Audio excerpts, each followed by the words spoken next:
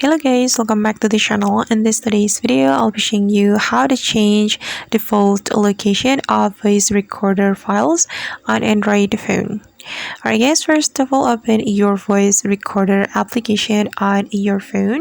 Then you're going to click on this three dots button.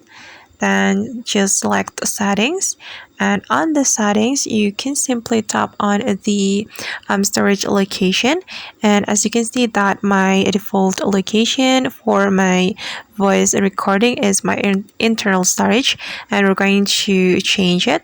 Tap on the storage location and simply tap on SD card, since we want to make SD card as a default location for the recorded voice. And after that, all your recorded voice will be saved to your SD card on your Android phone. Alright guys, and that's all the tutorial for today. I hope this video will be so helpful for you. Thank you so much for watching, and if you found this video useful, don't forget to hit the like button, leave your comments, and also subscribe to this channel. See you on the next video.